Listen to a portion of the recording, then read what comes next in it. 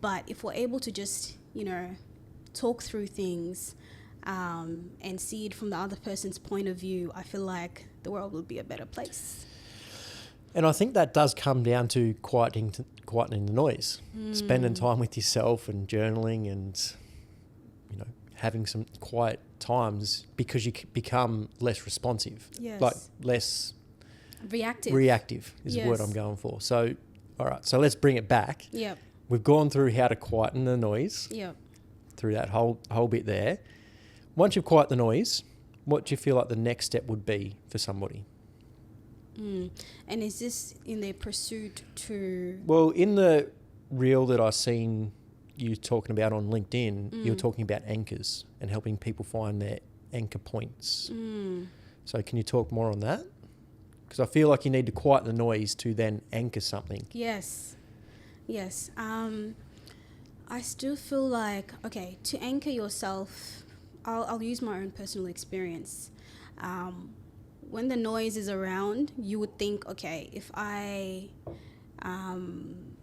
find this working opportunity, I'll find my purpose, I'll feel fulfilled. If I get into this relationship, this will fulfill me. There's a lot of things that you're attaching yourself to, but they're not deeply grounding yourself. They're not anchoring you to something greater than yourself. So after you've silenced the noise and you've realized really nothing really matters, nothing is that deep, it anchors you back to self, back to, because my faith, back to God, back to something greater than me. And then I start leaning on that, let me live this life, in a way that is beyond what I think I want for myself, beyond me serving myself. If I see myself doing X, Y, Z, just self-gratification type of things, So the next step would be, I guess, really sitting with yourself and finding your whys, whatever career path that you want to get into. If you want to be the best makeup artist, what is that? Matter of fact, I think we need to give more of these creative outlets more credit, because they create such safe spaces, even barbershops. Sorry, I'm so random sometimes, but it's my friend runs a barbershop and he talks about how that creates an experience for men. That's beyond just doing. That's a purpose behind it, because he knows that this is a downtime for people and things like that.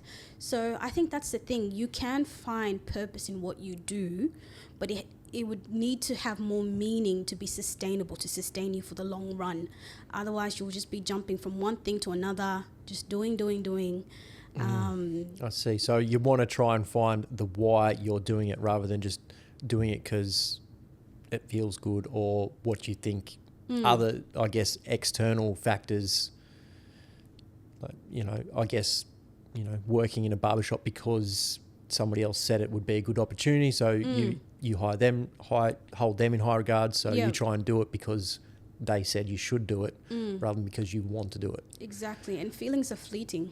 If I jumped on every opportunity just because I felt like it, I can jump right back out when I don't feel that way anymore. So I feel like you need to ground yourself more than what feels like, what you feel like in the moment. That's another thing.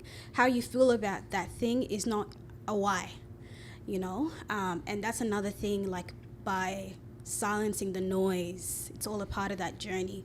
Because how about if I no longer feel led to empower people?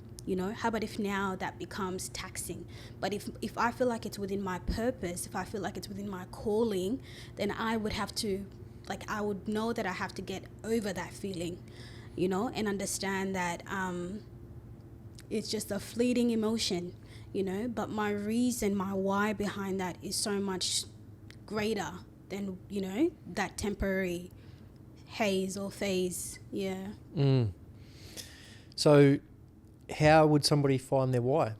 Any recommendations? I know, within personal training, I usually try and get people to ask themselves why 5 times. Why do you want that?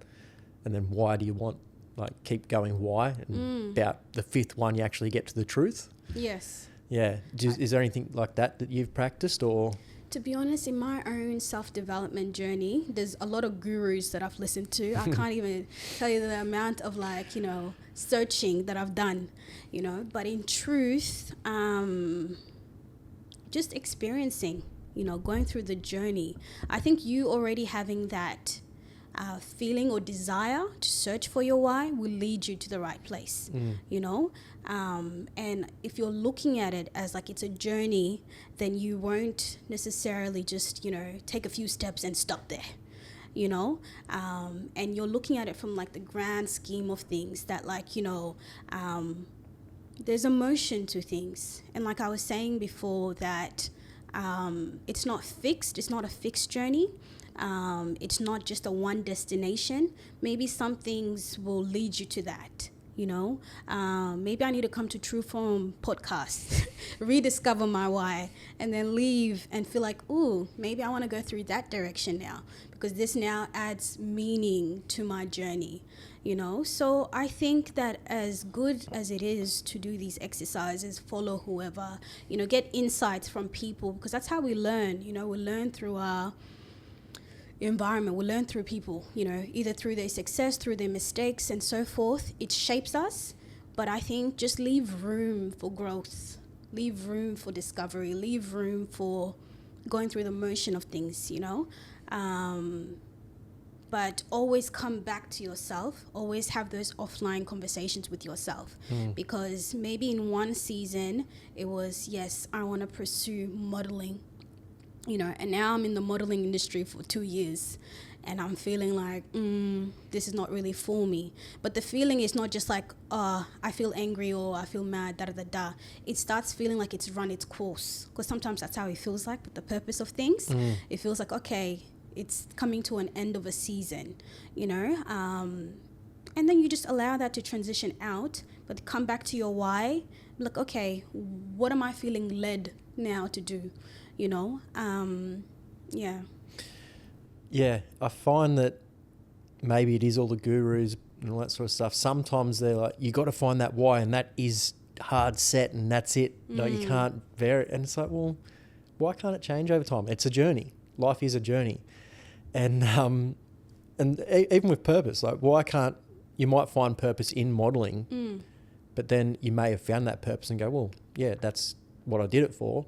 What's the next purpose? Like, there's no reason why it can't change and flow and, stop at one point, find that, and then go to the next one. Exactly, because how about if that modeling opportunity put you in rooms where you met XYZ person, and that was the purpose for that, and then now it opened a new opportunity for you, and the direction changed. I think that's the thing. There has to be a fine balance between life. Type A, type P personalities type of thing.